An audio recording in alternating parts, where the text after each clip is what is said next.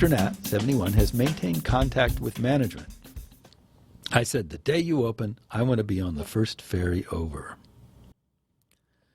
In 2017, less than 2 weeks after employees waived the last boatload of guests from the dock ahead of an annual 8-week hurricane season closure, Hurricane Irma hammered St. John and neighboring St. Thomas, splintering trees, ripping off roofs, twisting metal frames, and collapsing walls.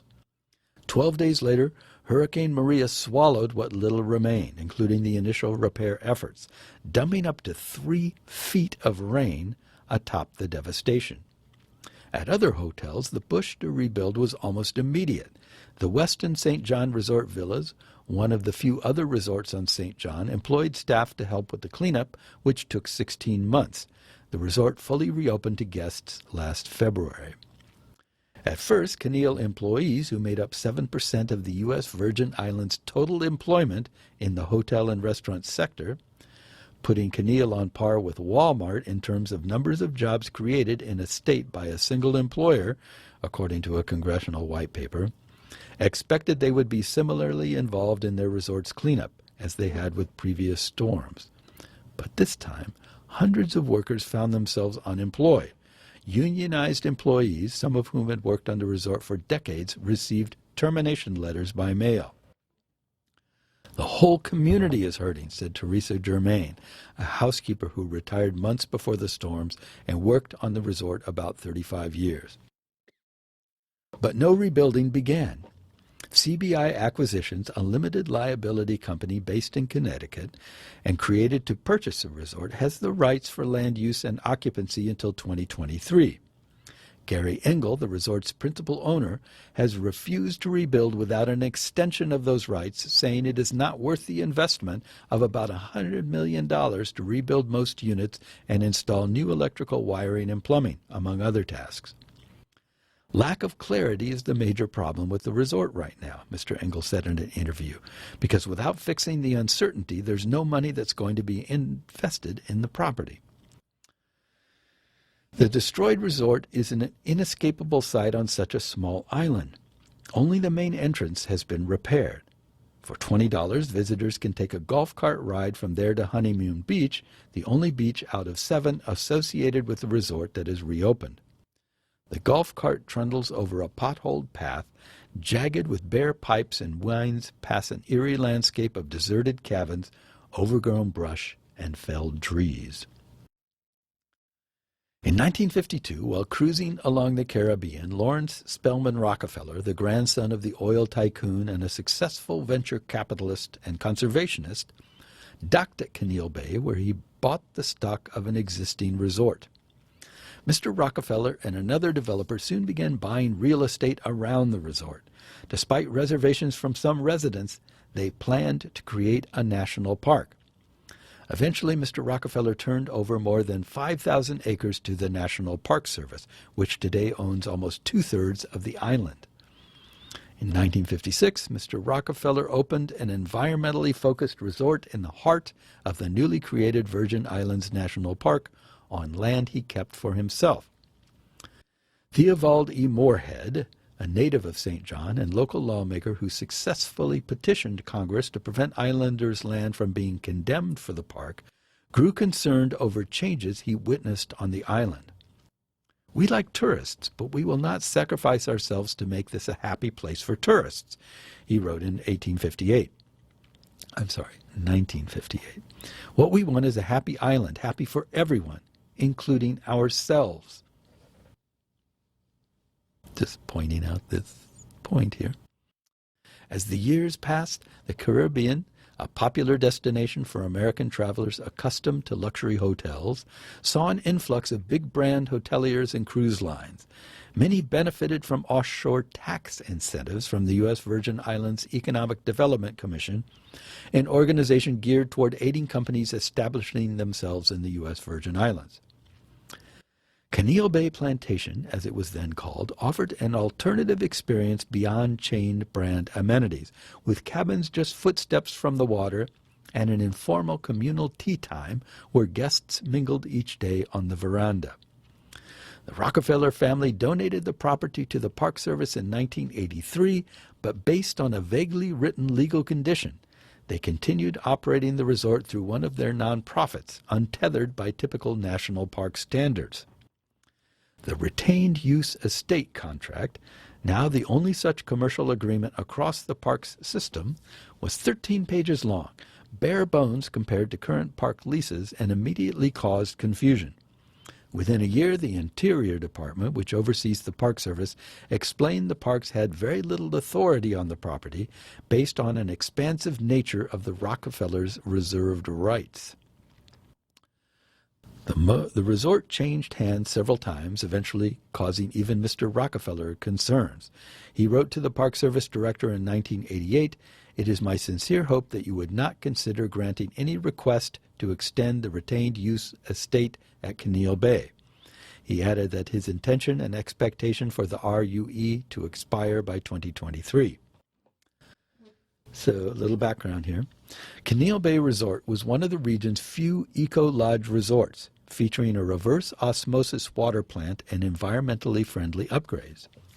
And the land agreement with the Park Service, which receives no payment for use of the federal property, along with long extended benefits from the Economic Development Commission, made the resort's business position enviable. Shortly after CBI acquisition took over the land agreement in 2004, Mr. Engel started looking for ways to extend the RUE. That was an essential part of the transaction, Mr. Engel said of the initial purchase. But despite the benefits, he said it wasn't all positive, particularly the lack of clarity around what would happen after the agreement expired in 2023. A bill passed in Congress in 2010 would enable a 40-year extension following routine environmental testing and contingent on the company relinquishing the mandates of the RUE. Initial environmental tests were conducted in 2012 and 2014, but while some results were made public, those referring to potential environmental problems were not. Those unpublished assessments, reviewed by the Times and National Parks Traveler, a news website covering the parks and other protected areas that provide the Times with some documents, noted, among other concerns, a release of hazardous substances or petroleum products throughout the property, including extensive amounts of mercury and arsenic. A pipe with approximately 30% asbestos, considered a high amount, was also found, and an employee told the assessors that more pipes existed. No health problems have been documented, but the Park Service, which requested the tests as part of departmental policy, noted that more tests were needed. The public was never alerted, and the follow-up tests never happened. Interesting. Caitlin Klavoric, a CBI acquisitions spokeswoman, said by email that the company believed that if any potential environmental problems exist, they resulted before CBI acquisitions became landholders. Keneal Bay was fully committed to and did operate the resort to ensure guests' safety, she said. Michael Litterst, acting chief of public affairs for the Park Service, declined to be interviewed, noting both pending legislation and potential litigation.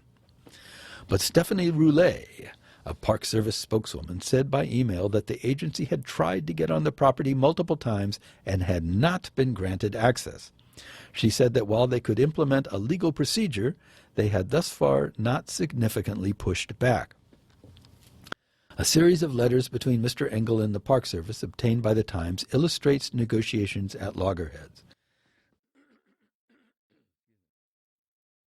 Trying out here. In April 2019, Mr. Engel sent the Interior Department a letter claiming the right to immediately and automatically take over the property unless the government paid $70 million and assured indemnification from all environmental liabilities. The agency rejected Mr. Engel's ultimatum, repeating a request for additional environmental testing. Ms. Klavoric, the resort spokeswoman, said the company is committed to further cooperation with the MPS in the next phase of an environmental site investigation. Seems pretty clear what's going on here. Even before the hurricanes forced the resort to shut down, some longtime employees had become increasingly frustrated. Ms. Germain, the housekeeper and local union representative, said when she started working at the resort in the 1980s, staffers had a sense of pride, but that diminished under new management. As time passed, it got a dose of bad management, she said. They treated us really poorly, really bad, down to the last. Employees who had been full-time said that their hours declined in favor of seasonal workers. Ms. Klevorek said that CBI acquisitions always prioritized full-time employees over seasonal workers. Management also instituted a security policy in which it checked employees' bags before they left the resort each day. Cheryl Paris, who has been president of the local union representing Keneal Bay since 2012, said that the very insensitive practices evoked hard feelings. Keneal also attempted to reduce its full-time staff, successfully negotiating in April 2017 with the Economic Development Commission to decrease the minimum number of employees with full-time status to 230, a reduction of almost 100 people. Too dry. Additionally, despite continuing to collect local tax breaks, including a 90% income tax exemption and full exemptions from other taxes, the resort did not actually employ most of their workers year-round. All but a few dozen were let go each year for 6 to 8 week hurricane season closure beginning in 2009. Other resorts on nearby islands have also implemented such closures, but previous owners of Keneal Bay had never done seasonal layoffs. At a public hearing the day the workforce agreement was announced, one commission member expressed reservations about the habitual layoffs, but the resort continued the practice. Okay. Months after the storms, and with the resort moldering on site, Stacey E. Plaskett, the USVI delegate in Congress, introduced a new bill allowing a 60-year extension of the RUE to coax the owners to rebuild. Missing from the bill's text, any mention of required environmental testing. Some resort staff in the greater St. John community felt excluded from the process, and the bill was not well received, particularly by some former employees who say they still never received paychecks for their last 2 weeks of work. Ms. Klevorek said the company was unaware of any employees who had not received payment, but recognized that immediately following the storms it was very chaotic. As Ms. Plaskett's approval ratings plummeted on St. John, her working relationship with Mr. Engel also deteriorated. He appears uninterested in working with the community, she said. Mr. Engel acknowledged community frustration. Maybe when I was down there I didn't handle it as well as I could have, he said. I want to do the right thing for the employees. I want to do the right thing for the community and the Virgin Islands. Yeah. Then about a year after the storms, Mr. Engel invited former employees and others onto the resort property for a meeting. Several people there recalled him framing the rebuild as contingent on the bill's passage. Ms. Paris recalled employees offering to return and clean up, but instead she said of the company, they were waiting for that bill, and so they kept all the employees waiting. The bill died. Ms. Plaskett said she has no plans to introduce new legislation. Negotiations between CBI acquisitions and the Park Service are ongoing. Last month, the company submitted a proposal to the service, and Ms. Roulette said earlier this month that the agency was currently drafting its own. The loss of tourism has had lasting effects on bars and restaurants, as well as cab drivers who made the bulk of their money taking guests to and from dinner to places like Zozo's at the Sugar Mill, an Italian restaurant once located at Keneal. Before, everybody was making something, recalled Everett Wilkinson, one cab driver. Now everyone is hustling for whatever they can make. It's why most people on the island have 2 or 3 jobs just to survive. Previously, he often brought in $200 a day. Now $60 and you're doing good, he said. The taxi service right now is down to nothing. We're sitting by the dock and we're not moving. Although Mr. Engel insists that the rebuild has been stalled by uncertainty about what will happen to the property in 2023, court documents filed by certain underwriters at Lloyd's of London suggest that the company was grossly underinsured. Aha! So far, the company has received $32 million for a claim of total devastation following Hurricane Irma. although the resort's insurable value was more than twice that. Mr. Engel said that the groups are currently arbitrating the company's claim for separate payout for Hurricane Maria, saying that the damage incurred by the second storm was distinct from the first, a claim the insurance company has contested. Arbitration is scheduled for April. Around the time that he was promoting Ms. Plaskett's bill to former employees in 2018, Mr. Engel said in an interview with a local reporter that he was in a position of power with the insurance payout that did not require him to rebuild. I could take that money and walk away, or I can take that money and reinvest and maybe put up a little more capital and turn this into something special, Mr. Engel said. Without Kinneil Bay, St. John is going to implode. Recalling that interview, Mr. Engel said that as a matter of economic fact, the resort brought thousands of visitors to St. John, and that the amount of money that was spent by Kinneil guests, both at the resort and in the shops and restaurants in Cruz Bay, was very significant for an island with several thousand people. I was basically stating the obvious, he concluded. A new environmentally sustainable resort is set to open in early 2021 on Lavango Cay, an island belonging to St. John's and a 10-minute boat ride from Kinneil Bay. Mark and Gwen Snyder, who own resorts in Martha's Vineyard and Nantucket, are designing the solar and wind-powered resort. We're really hoping to just have people do what they do best, Mr. Snyder said. Come down and help the economy, not to impose on the community, and travel with just their footprints. The hurricanes that battered the Caribbean in recent years have brought to light the region's deeper issues with economies overly dependent on tourism. On St. John, all of those issues have come to a head. Keep in mind that this never happened in the Virgin Islands before, said Miss Paris, the union president. We didn't have hurricanes like this. We had hurricanes where trees would fall, but we went back to work. And still, Kinneil Bay's devoted patrons hope one day they can return. Mr. Nat, the longtime guest, said his family has returned to the region 3 times since the storms, though not to St. John. We have not found anything on the Caribbean island that has been as good, he said. Without Kinneil, the grandkids didn't want to go. Okay, so there you have a complex, interconnected web of politics, big money, capitalism, climate change,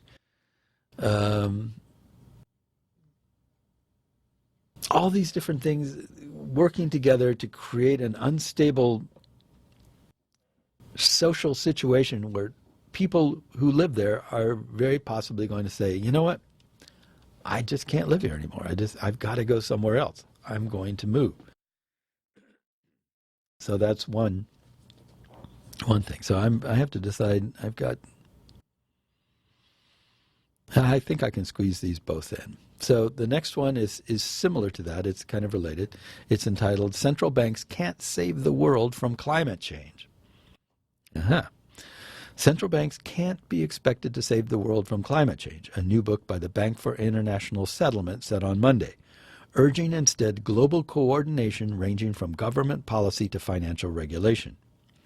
The book, titled The Green Swan, in a play on the idea of black swan events, warned of the potentially seismic effects of climate change on the world's financial system.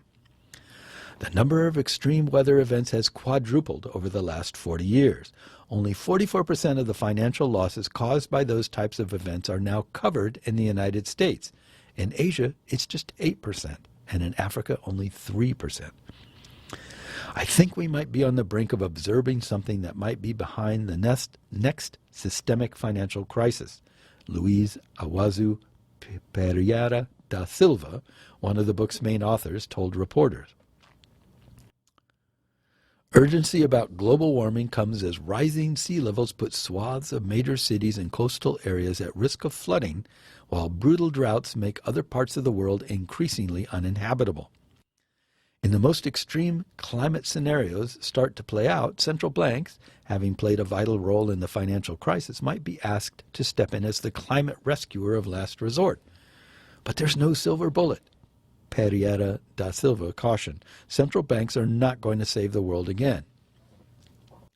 In a foreword to the book, the head of France's National Central Bank, François Villeroy de Galliot, I don't think I'm even close on that, added that climate change needed to be part of all economic and forecasting models. And we know how much that is in this country. The book said current regulation based on capital requirements for banks won't be able to mitigate the catastrophic effects of climate change on the financial system. New policy mixes are needed instead, involving governments, central banks, and prudential or capital requirements. But that would require unprecedented international coordination at a time when the global framework for finance is seriously compromised, the book said. Regulators monitor risks by using historical data and assumptions that are now largely irrelevant to assess future climate-related risks. Assessing the risks, therefore, requires a reset in the regulatory approach, which has already begun in the financial community with the development of forward-looking scenario-based risk management methodologies, the book said. Climate change poses unprecedented challenges to human societies, and our community of central banks and supervisors cannot consider itself immune to the risks. Some climate economic models suggest up to a quarter of global GDP, currently around $80 trillion, could be lost if no action is taken to reduce carbon dioxide emissions. The concentration of CO2 in the world's atmosphere is 415 parts per million, higher than ever before in human history, and far above the 270 to 280 parts per million that had prevailed for millennia up to the Industrial Revolution. Global warming has already increased average global temperatures by close to 1.1% centigrade since the mid-19th century. Temperatures are currently rising 0.2 centigrade per decade and average. Climate change can lead to stagflationary supply shocks that monetary policy may be unable to fully reverse, the book said. It also needs a coordinated response, which historically has been hard to achieve. It's known whether any actions would prove effective anyway. It's not known. A new global financial crisis triggered by climate change would render central banks and financial supervisors powerless, the book said. We cannot be the only game in town. So climate change. Ooh, that's a big one. And right now we have politicians, if you will note, in more than one country who are just going, climate change, nah, don't worry about it. It's a myth. It's a bunch of scientists trying to scare everybody or whatever. I don't even know. I don't even really understand the argument. It's ludicrous. It's stupid. And you have to be a fool to believe that stuff. But, hey, we're surrounded by fools. So, final article here. Climate change, a reason why people might pick up and move somewhere else. Destructive hail and a massive dust storm descend on fire-ravaged Australia. Australia's southeast was already dealing with the terrible effects of historic bushfires and huge smoke clouds. Then Canberra, Melbourne, and other places were hit by golf ball-sized hail that destroyed car windshields, killed birds, and shredded the leaves off trees.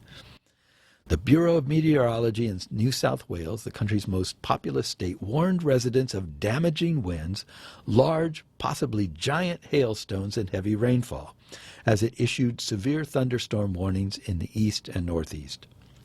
The storms also prompted warning of flash floods, adding another element of risk to areas that have been hit hard by the fires.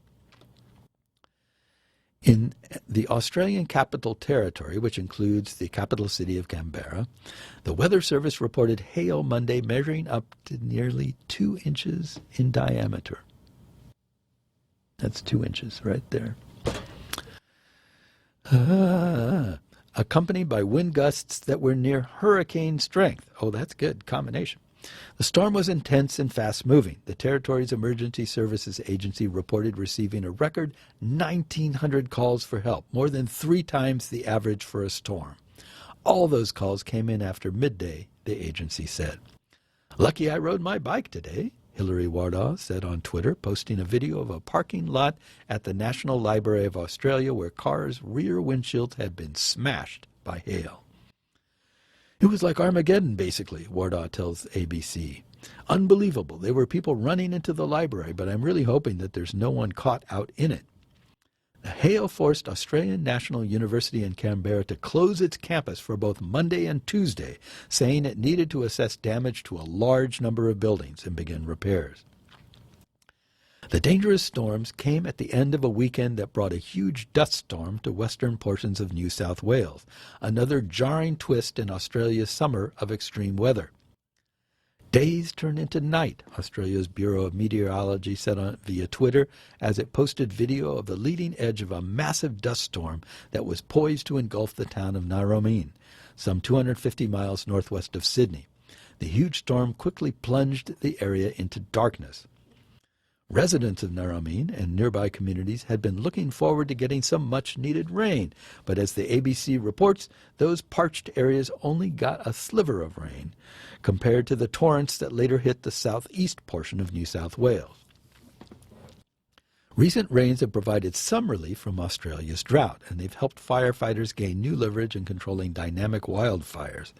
The bushfires have destroyed more than 2,600 homes since September, and 28 people have died, along with hundreds of millions of animals.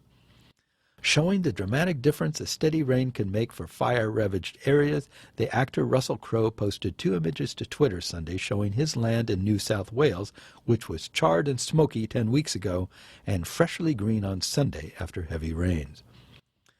As Australia takes stock of what it has lost in the epic fires, some forests and other important habitats might not be able to recover fully. The normal processes of recovery are going to be less effective, going to take longer, ecologist Roger Kitching of Griffith University in Queensland tells the Associated Press. He adds, instead of an ecosystem taking a decade, it may take a century or more to recover, all assuming we don't get another fire season of this magnitude soon. Well, I've run out of time, but there you have another reason to migrate. If you were in Australia and you just had your home burned up by a wildfire and then you're practically beaten to death by 2-inch size hail being blown around by hurricane winds, you might possibly say to yourself, you know what, I'm leaving this country. I'm going somewhere else. As the climate continues to change, weather will get worse. These storms will get worse. All of these things are going to get worse. And people are going to say, my home's flooded. My home's burned down. I can't live here anymore. And they're going to want to go somewhere else. And that somewhere else might be, say here, possibly. And here, where people are going, we don't want immigrants over here. We're fine where we are. Well, you may not have a choice. People who are running for their lives, basically, and we haven't even covered war, famine, all sorts of things. We'll probably get to those next time, but these are just some reasons why people might say, I can't live here anymore. I've got to move. And we're going to have more and more of that going on, and we're going to have more and more people going, we don't want new immigrants coming here, and more people saying, I don't care whether you want me here. I'm coming whether you like it or not. And something has to give. We either say, sure, come here. We helped create the problem. We're going to help fix it. Or we're going to say, no, stay away. We're building a wall. And who knows what's going to happen. So anyway, this has been CU Immigration here on WRFU-LP. And we'll see you next time. Bye-bye.